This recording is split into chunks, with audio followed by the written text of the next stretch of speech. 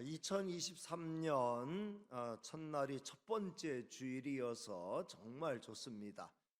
새해 첫날 하나님 앞에 나온 모든 성도에게 우리 하나님의 은혜와 복이 넘치도록 임하기를 주님의 이름으로 축복합니다.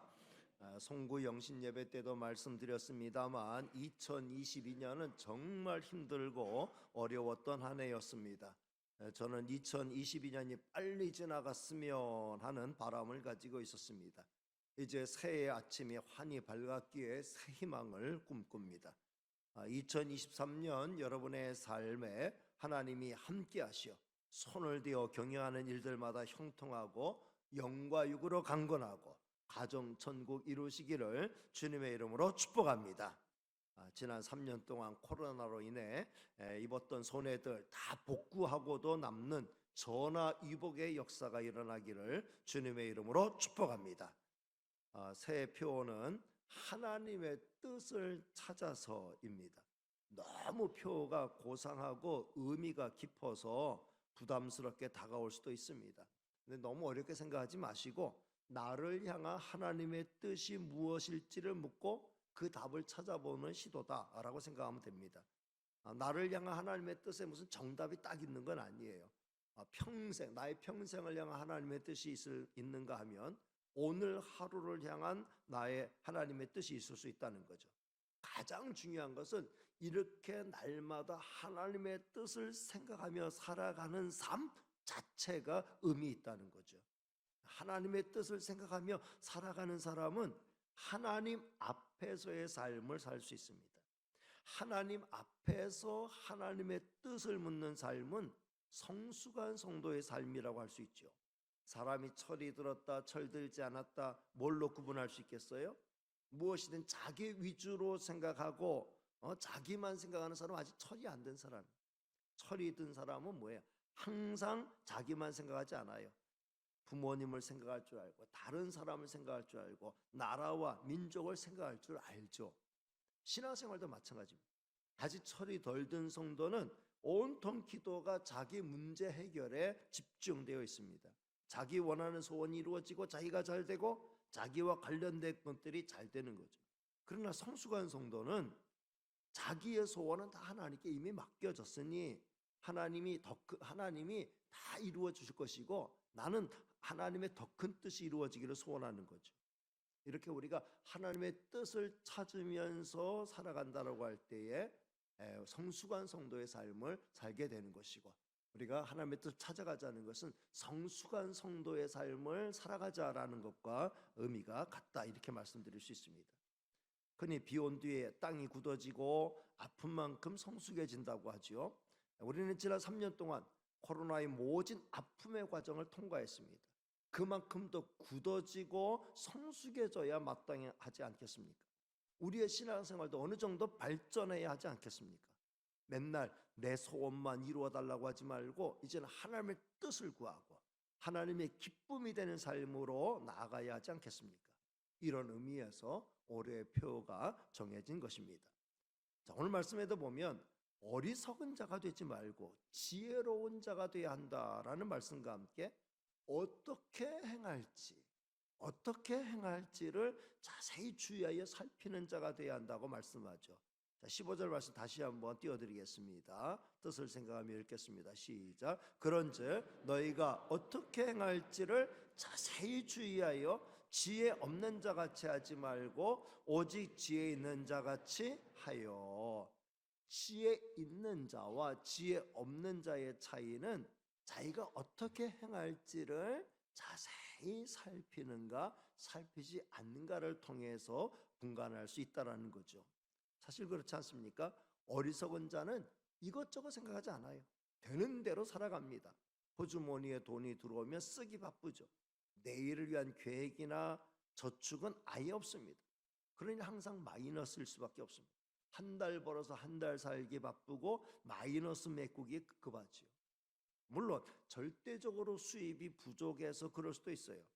아예 생활이 되지 않는 경우는 어쩔 수 없죠.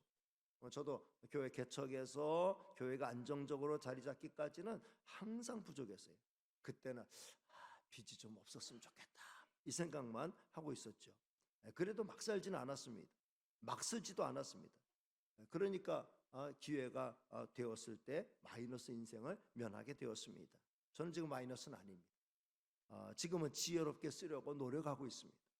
그러나 전혀 쪼들리지 않는 상황인데도 불구하고 계획 없이 사는 사람은 언제나 마이너스밖에 없습니다. 그런 사람은 삶의 방식도 그렇죠. 생활의 질서가 전혀 없습니다. 그냥 하루하루 닥치는 대로 살아갑니다. 살아있으니 살아가는 거죠.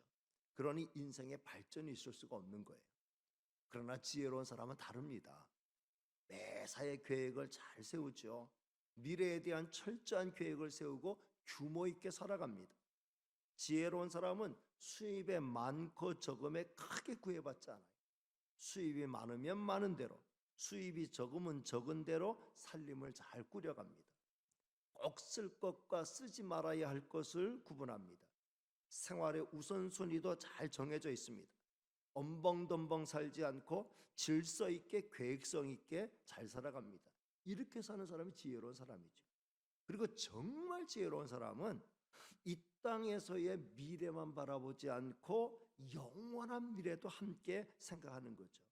이 땅에만 투자하지 않고 영원한 하늘의 상급을 위해 투자하는 사람이 그야말로 지혜로운 자 중에 지혜로운 자다, 이렇게 말할 수 있어요. 자, 이런 면에서 저와 여러분 모두가 지혜로운 자가 되시기를 주님의 이름으로 축복합니다. 자, 오늘 말씀 보면 하나님 앞에 지혜로운 성도는 어떻게 행할지, 어떻게 살아가야 할지를 자세히 주의한다라고 말씀하고 있습니다. 하나님 앞에서 하나님의 뜻을 구하며 살아가는 거죠. 가장 대표적인 사람이 다윗이에요. 다윗은 항상 하나님 앞에 묻는 걸 좋아했습니다. 왕이 되고 난 다음에도 항상 최고의 결정권자잖아요. 자기 마음대로 다 할 수 있잖아요. 그런데도 항상 하나님 앞에 묻는 걸 뒤로 하지 않았습니다. 이런 사람이 지혜로운 성도예요. 자, 이렇게 봤을 때 날마다 성경을 읽으면서 하나님의 뜻을 구하는 성도, 날마다 하나님 앞에 기도하면서 하나님의 인도를 구하는 성도, 예배에 참석하여 경배와 찬양을 드리고 하나님의 말씀을 경청하는 성도, 지혜로운 성도들이다라고 말씀드릴 수 있습니다. 하나님 앞에 열린 마음 가지고 하나님의 뜻을 구하는 성도이기 때문이지요. 반대로 하나님의 뜻을 묻지 않는 성도가 있을 수 있어요. 항상 잘못된 길로 들어서요. 그리고 한참 지나서야 잘못됐구나 뒤늦게 뉘우치고 그제서 이제 하나님의 도움을 구합니다. 어리석은 거죠. 이보다도 더 어리석은 성도는 끝까지 자기 고집을 굽히지 않아요. 잘못된 길을 그냥 바득바득 우기며 이거 옳은 길이다 하면서 걸어가는 거예요. 이런 성도는 세상 말로 뒤지게 얻어 터져야 그때 비로소 정신을 차리게 되는 거예요. 고생은 고생대로 하고 힘은 힘대로 들게 되니 어리석다고 하지 않을 수 없습니다. 저와 여러분은 절대로 어리석은 성도가 되지 말고 지혜로운 성도가 되어야 할 줄로 믿습니다. 자, 우리가 어떻게 행할지는 하나님의 뜻을 살피는 데서 찾아야 돼요. 그래서 오늘 본문 17절에는 이렇게 말씀했습니다. 자, 17절 같이 읽은 말씀이지만 다시 읽습니다. 시작. 그러므로 어리석은 자가 되지 말고 오직 주의 뜻이 무엇인가 이해하라. 이해하라. 어리석은 자는 백날 붙들고 깨우쳐줘도 이거 도무지 이해하지를 못해요. 근데 지혜로운 성도는 번뜩번뜩 깨닫고 이해를 잘해요. 주의 뜻을 번뜩번뜩 깨닫고 이해 잘하는 성도가 이게 지혜로운 성도죠. 자, 주의 뜻이 무엇인지는 어떻게 이해할 수 있겠어요? 주님의 뜻이 무엇이다 라고 하는 걸 이해하는 방법이 뭐겠어요? 자기 생각을 가지고 주님의 생각이다 라고 착각하는 사람들이 있어요. 내가 곰곰이 깊이 생각해 봤더니 주의 뜻이 무엇인지 알겠더라 라고 하는 사람은 그게 주의 뜻이 아니고 자기 뜻일 가능성이 많이 있습니다. 그렇게 되면 자기 뜻이 주의 뜻이라고 생각하면서 한참을 걸어가면 그 걸어간 길이만큼 잘못된 길로 나갈 수밖에 없어요. 나의 생각과 주의 생각이 어떻게 다른지를 분간해 낼 줄 아는 성도가 이게 지혜로운 성도라고 말씀드릴 수 있어요. 성도 여러분, 오직 주의 뜻은 성경에서 찾아야 할 줄로 믿습니다. 성경에서 주의 뜻을 찾아야 되는 거죠.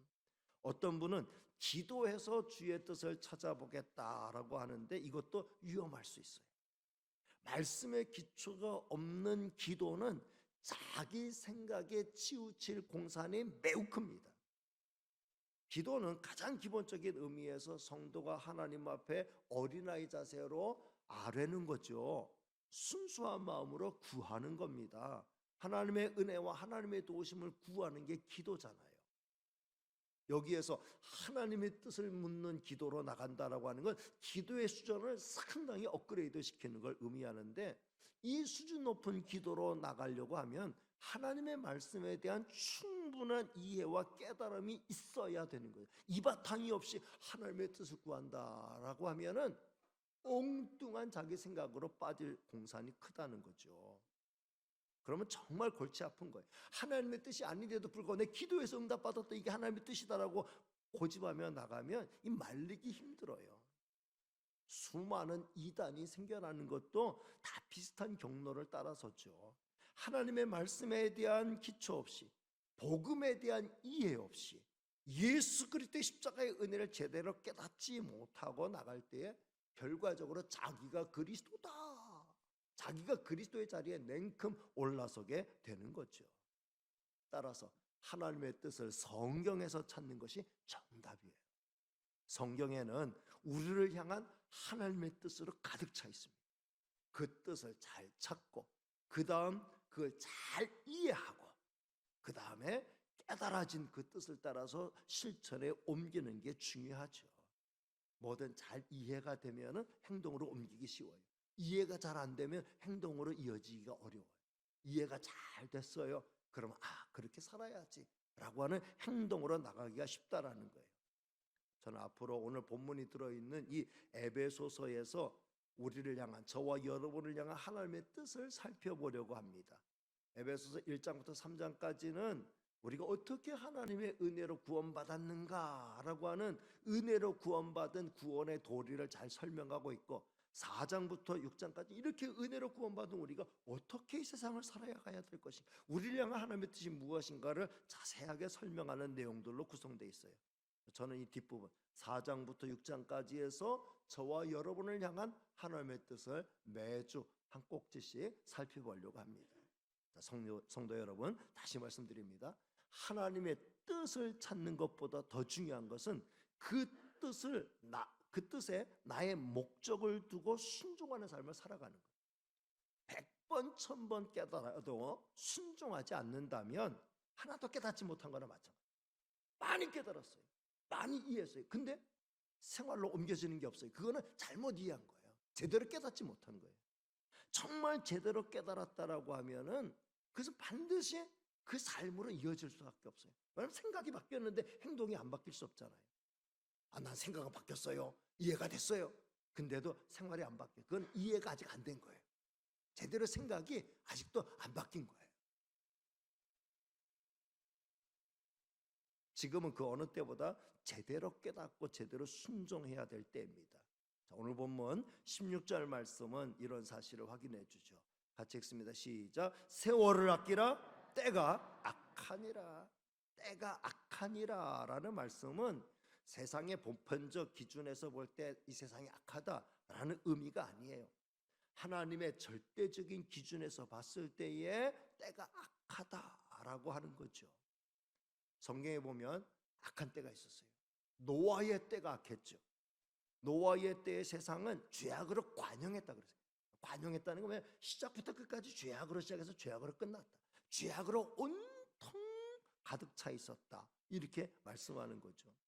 그렇기 때문에 하나님께서는 그 세상을 홍수로 쓸어버리실 수밖에 없으셨다는 것입니다.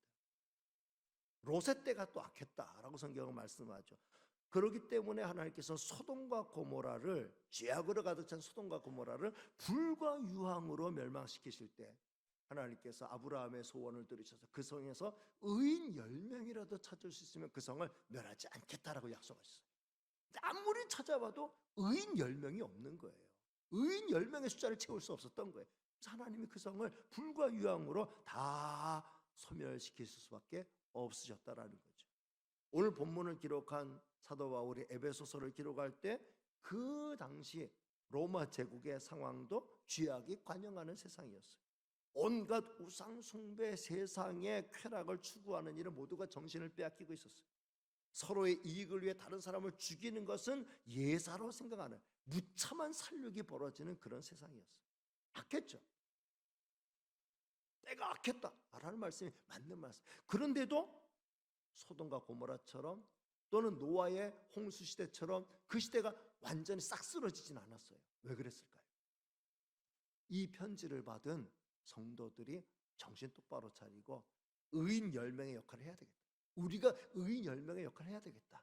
이 시대를 구원하는 역할을 해야 되겠다. 깨어있는 성도들이 나타났기 때문에 그런 거예요. 그래서 저들은 노아 홍수나 또 소돔과 고모라의 성에 내려졌던 불과 유황의 심판을 피할 수 있었던 거죠. 자, 지금은 어떻습니까? 지금 우리 사는 세상은 어떻습니까? 지금 우리 사는 세상도 하나님 보시기에는 악한 세상이다라고 평가할 수밖에 없죠. 하나님의 뜻보다는 사람의 뜻을 더 높이 추구하고 있습니다. 심지어 성도들까지도 하나님의 말씀인 성경의 가치관보다 세상의 가치관을 더 중요하게 붙들고 있습니다. 이럴 때 정말 하나님의 뜻을 찾아서 그리고 그 뜻에 자기의 목숨을 걸고 자기의 영혼을 거는 자들이 나타나야 합니다. 그래야 세상을 구원하고 구원의 기회를 계속 열어갈 수 있는 거죠. 바로 저와 여러분이 이 역할을 해야 할 줄로 믿습니다. 이 시대를 구원하는 의인 10명 이상의 역할을 저와 여러분이 감당해야 할 줄로 믿습니다. 올 한 해 열심히 하나님의 뜻을 찾아 나서는 저와 여러분이 되시길 바랍니다. 악한 세상이 이대로 멸망당하지 아니하도록, 그리고 많은 영혼들을 찾아가서 주의 복음 전하고 저들을 생명의 길로 이끌어내는 이 역할과 책임을 감당하는 우리 교회가 되고 저와 여러분이 되어야 할 줄로 믿습니다. 그리고 오늘 말씀에 세월을 아끼라라고 말씀했어요. 이 말씀은 시간을 절약해서 쓰라는 의미가 있죠. 세월을 아끼라, 시간을 아껴 써라, 그런 의미가 분명히 있죠. 빠른 세월의 흐름 가운데 시간을 아껴서 잘 활용하는 거, 이거 지혜로운 청지기가 해야 될 일이죠. 시간 정말 빠르게 흘러가요. 올해부터는 우리 나이를 만으로 통일한다라고 하는 게 얼마나 좋은지 몰라요. 왜냐면 그렇지 않았으면 전 이제 새해가 됐고 떡국도 먹었으니까 한 살도 올려서 불러야 돼요. 이전대로라면 저는 오늘부터 64 이래야 돼요. 세상에 말이 됩니까? 저보러 64살이다 이렇게 말하면 이게 말이 되겠어요? 절대로 인정할 수 없죠. 이제 저의 나이는 62이 아니라 64이 아니라 62이다. 62세다. 만 62세다. 내 생일 되기 전까지는 절대로 나를 64세라고 부르지 마시기를 바랍니다. 저는 여전히 62세예요. 60. 생일 지나면 제가 인정하게 63세. 그때 64세는 아직도 멀었어요. 내가 64세가 되면 아직도 멀었어요. 오늘부터 64세라 말도 되지 않는 일이에요. 여러분들도 다 이제는 옛날 나이처럼 한 새해가 됐으니까 떡국 먹으니까 한 살 먹어야지. 안 먹어요. 그런 거 안 먹어요 하고 나이 더 먹지 마시고 만을 고수하시길 바랍니다. 만을 고수해. 생일 되기 전까지는 우리가 이전에 부르던 나이보다 2살 아래로 내려가는 거고, 그다음에 생일 지나가면 이제 1살 아래로 내려가는 거죠. 세월이 어떻게 빨리 흘러가는지 몰라요. 언제 내가 60주를 넘었는지, 60주를 넘은 지가 엊그제 같은데 벌써 막 이렇게 흘러가는데 정말 세월이 굉장히 빠르게 흘러가고 있습니다. 정신 차리지 않고 있다가는 시간 다 낭비하고 아무것도 이루지 못할 것입니다. 세월을 아끼라라는 말씀을 문자 그대로 잘 적용해서 2023년 아껴 쓰는 저와 여러분이 되시기를 주님의 이름으로 축복합니다. 근데 오늘 본문의 이 세월을 아끼라라는 말씀은 원문의 의미, 헬라어 원문의 의미를 정확히 직역을 하면은 기회를 사라라는 말씀이에요. 다시 말씀드리면 찾아오는 수많은 기회들을 놓치지 말라라는 말씀이죠. 자, 어떤 기회들을 놓치지 말라고 말씀하는 걸까요? 지금 막 부동산 가격이 막 떨어지고 있으니까 집을 살 기회다, 절호의 기회다, 이 기회를 놓치지 말라는 말씀일까요? 주식이 막 폭락하고 있으니까 지금이야말로 이제 주식에 올인할 때다, 주식을 살 때다, 이런 기회를 잡으라는 말씀일까요? 저는 아니라고 생각합니다. 정말 우리가 놓쳐서는 안 될 기회는 어떤 것들일까요? 첫째는 하나님의 뜻을 깨달을 기회를 놓치면 안 된다. 하나님의 뜻을 깨달을 기회를 사라는 말씀이에요. 지금은 하나님의 뜻을 구할 때, 하나님의 뜻을 깨달을 기회예요. 하나님은 지금도 우리에게 하나님의 뜻을 깨우쳐주고 계시는 줄로 믿습니다. 오늘 말씀을 통해서도 하나님의 뜻을 깨우쳐주고 계시는 줄로 믿습니다. 여러분 개인적으로 성경을 펼쳐 읽을 때 하나님의 뜻을 깨우칠 기회를 주시는 줄로 믿습니다. 하나님의 말씀을 붙들고 기도의 자리에 나갈 때 하나님의 뜻을 깨달을 수 있도록 하나님이 여러분들을 깨우쳐주고 계시는 줄로 믿습니다. 무엇보다 제가 이제 앞으로 1년 하나님의 뜻을 찾아서라는 큰 주제를 가지고 하나님의 뜻을 가지고 말씀을 전하려고 할 때 나를 향한 하나님의 뜻, 우리 가정을 향한 하나님의 뜻, 우리 교회를 향한 하나님의 뜻을 많이 발견하게 될 줄로 믿습니다. 이 기회를 놓치지 마시기를 주님의 이름으로 부탁을 드립니다. 두 번째는 하나님의 뜻을 이룰 기회를 놓치면 안 된다는 거죠. 하나님의 뜻을 이루어 드릴 수 있는 기회들, 그 기회들을 잘 붙잡으라는 말씀이 됩니다. 아까도 말씀드렸듯이 하나님의 말씀을 잘 깨닫는 거 굉장히 중요하잖아요. 근데 이것만큼 중요한 게 뭐냐? 깨달은 대로 생활에 옮기는 것이죠. 하나님의 뜻을 깨닫고 그 다음 깨달은 뜻을 이루어 드리는 게 정말 중요한 거예요. 하나님의 말씀은 깨달으라고만 주신 게 아니에요. 깨닫고 그 다음에 생활에 옮겨라, 살아가라 라는 말씀이에요. 여러분, 하나님의 말씀을 깨달은 대로 살면 어떻게 될까요? 하나님의 말씀을 깨달은 대로 내가 생활에 옮기면 어떻게 될까요? 반드시 나에게 복이 되는 줄로 믿습니다. 내 가정에 복이 될 줄로 믿습니다. 우리 교회에 복이 되고 내가 사는 세상, 나와 만나는 많은 사람들에게 그 축복이 공유될 줄로 믿습니다. 그렇잖아요. 나도 복받고 내 식구도 복받고 나와 관련된 사람들이 복받고 내 나라가 복받고 내가 사는 이 세상이 복받는다고 하면 정말 복된 일이지 않겠어요? 하나님의 뜻 깨닫고 그 뜻대로 살아갈 때 다 같이 잘 되는 큰 복을 누리게 될 줄로 믿습니다. 2023년 이런 축복을 누리시기를 주님의 이름으로 축복합니다. 그리고 세 번째 마지막으로 회개할 기회를 놓치면 안 돼요. 회개할 기회를 사라는 거예요. 우리가 아무리 하나님의 뜻을 잘 깨닫고 그 뜻대로 열심히 순종하며 산다고 해도 그렇게 살지 못할 때가 꼭 찾아올 겁니다. 그때 철면피가 되면 안 된다는 거예요. 하나님이 다시 깨우쳐 주실 거예요. 하나님의 뜻을 깨달았는데 그 뜻대로 열심히 살아가다가 실족하고 그 뜻대로 살지 못할 때 하나님 다시금 그 뜻을 깨우쳐 주실 거예요. 그때 어떻게 해야 되느냐? 그냥 나는 가던 대로 갈 거예요가 아니라 하나님, 다시 깨우쳐 주셔서 감사합니다. 잘못했습니다. 큰일 날 뻔했습니다. 크게 미끄러질 뻔했습니다. 하나님 정신 차리게 하여 주시니 감사합니다. 회개합니다. 다시 붙들어 주옵소서. 다시 일어설 수 있는 새 힘을 공급하여 주옵소서. 하나님 앞에 울면서 회개하며 하나님의 도움을 구할 때 다시금 하나님의 뜻대로 설 수 있는 기회를 얻게 될 줄로 믿습니다.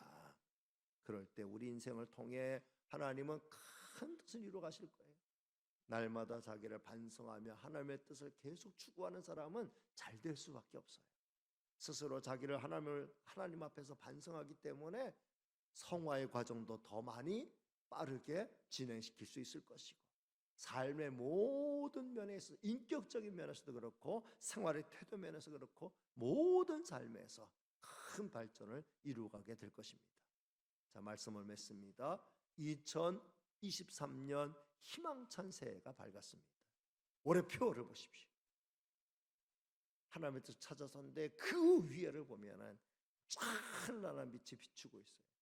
십자가에서 찬란한 은혜롭고 찬란한 빛이 비추고 있어요. 올해 표를 정해놓고 표에 맞는 어떤 이제 그림을 찾아야 되는데 어떤 디자인을 찾으면 좋을까요? 하면서 참 주제가 너무 어렵습니다. 주제가 너무 깊고 고상해가지고 이거에 맞는 그림을 찾을 수 없습니다. 찾아보라 그랬더니 이것저것 찾아가지고 몇 가지 컷을 저한테 우리 이제 홍보팀에서 보여주셨는데 제가 이걸로 하라 그랬어요. 근데 해놓고 나니까 진짜 멋있어요. 빛이 비쳐요. 하나님의 뜻을 찾아갈 때 이게 하나님의 뜻이다. 특별히 십자가를 통해서, 예수 그리스도 십자가를 통해서 우리의 길을 밝히 보여주셔요. 십자가 붙들고 나가는 길은 형통한 길이 될 줄로 믿습니다. 십자가 붙들고 나가는 길은 우리 성도가 나가야 할 길인 줄로 믿습니다. 2023년 하나님의 은혜의 빛을 듬뿍 받아서 하나님의 뜻을 잘 깨닫고 깨달은 대로 잘 이해하고 그 이해한 대로 생활에 잘 옮겨서 나도 복받고 가정도 복받고 내 주변 사람도 복받고 우리 교회도 복받고 이 지역사회가 복받고 우리나라가 복받는 그런 복된 한 해가 펼쳐지게 되시기를 주님의 이름으로 축복합니다. 기도하겠습니다. 은혜로우시고 사랑 많으신 하나님, 나를 향한 하나님의 뜻을 잘 깨달아 알기를 원합니다. 늘 하나님의 뜻에 하나님의 말씀에 귀를 기울이게 하시고 나를 향한 하나님의 뜻이 발견되었을 때 거기에 내 생의 목적을 두게 하여 주옵시고 그 목적을 바라보면서 살아가는 삶이 되게 하여 주옵소서. 하루하루 그냥 살아있으니 살아간다가 아니라 의미를 가지고 뜻을 가지고 목적을 가지고 성실하게 살아가는 2023년 될 수 있도록 붙들어 주시옵소서. 모든 말씀 예수님의 이름으로 기도하옵나이다. 아멘.